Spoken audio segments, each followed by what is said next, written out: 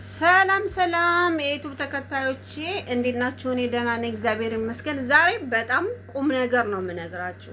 በአረብ ሀገር ያላችሁ ዱባይም፣ ኩዌትም፣ ኳታርም ሳውዲም ያላችሁ ልጆች ማለት ነው ማዳም ቤት የምትሰሩ ልጆች በመኖሪያ ፍቃዳችሁ ማዳማችሁ የባንክ አካውንት ላውጣላችሁ ስትል እምቢ በሏት። ምክንያቱም እኔ የራሴ በደረሰብኝ ነው የምነግራችሁ። እኔና ስትዬ ላውጣልሽ ስትለኝ እኔ ምንም አልመሰለኝም፣ ቀላል መስሎኝ ነው። እኔ ምንም ቦታም አልሰጠሁትም። ግን ካወጣችልኝ በኋላ ግን በጣም ከባድ ነው ውዶችዬ፣ እንዳታወጡ ባይዲያችሁ። ምክንያቱም እኔ የሆነ ታብ የሚባል አፕሊኬሽን ከፍታ በእኔ መኖሪያ ፍቃድ በነፃ ማለት በነፃ አመጣች ልብስ ምናምን ማለት ነው። አንድ ሁለተኛ ነገር ደግሞ አሁንም በራሷ አካውንት የገዛችውን በታብ የሚባለው ላይ አሁንም ሲበዛባት ወደኔ አካውንት ልታረግ። ስለዚህ ጧት ማታ ነው የምንጣላው ሰቱዬ ጋር በዚህ የተነሳ ማለት ነው።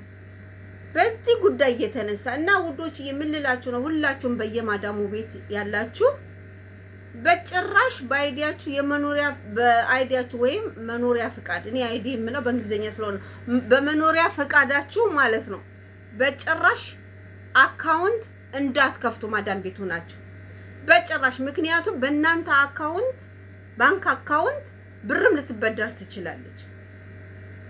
አንድ ሁለተኛ ነገር ደግሞ ደሞዛችሁን በእናንተ ባንክ አካውንት ሲልኩላችሁ ያገሩ ባንክ ይቆርጣል። አሁን ለምሳሌ ዱባይ 29 ብር ከምናምን ይቆርጣል።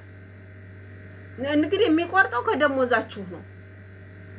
ገባችሁ? ብዙ ልጆች የማታውቁት ነገር ስለሆነ ነው የምነግራችሁ። እኔ ለራሴ ልክፈትልሽ የ5000 ደሞዝተኛ ነሽ ብዬ ስትለኝ እሺ ነው ያልኳት። ምንም አልመሰለኝ፣ ቦታም አልሰጠሁት በወቅቱ።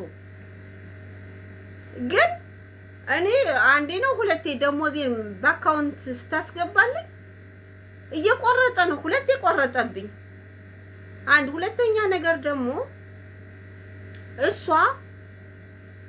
በታቢ አፕሊኬሽን ገበያ ሄዳ በኔ ስም ልብስ ገዛች የ6000 ብር ምናምን። ይሄው እስካሁን አልከፈለችም። እየደወሉ ነው ያሉት። ለምን? የኔ ስምና የኔ ፓስፖርት ነው፣ የኔ መኖሪያ ፍቃድ ነው።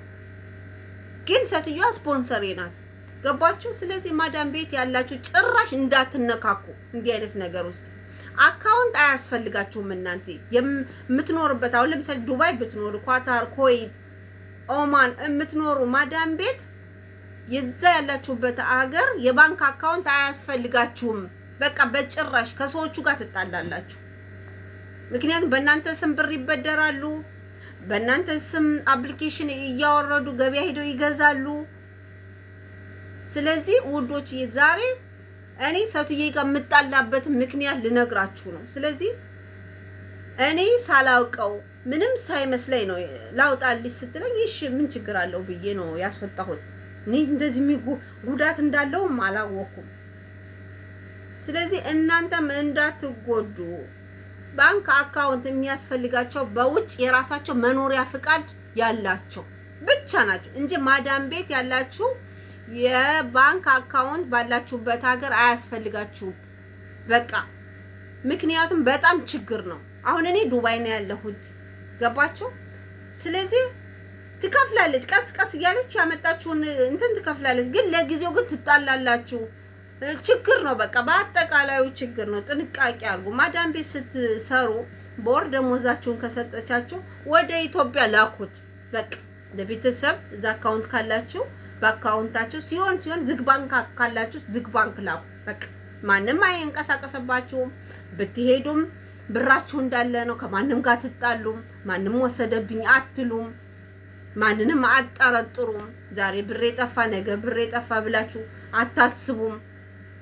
በቃ ለቤተሰቦቻችሁ የምትልኩትን ለብቻ ልካችሁ የቀረውን ደግሞ ዝግ ባንክ ዘግታችሁ ዝግ ባንክ ስትአስገቡ ማንም ሰው ማውጣት አይችልም ከእናንተ ውጭ።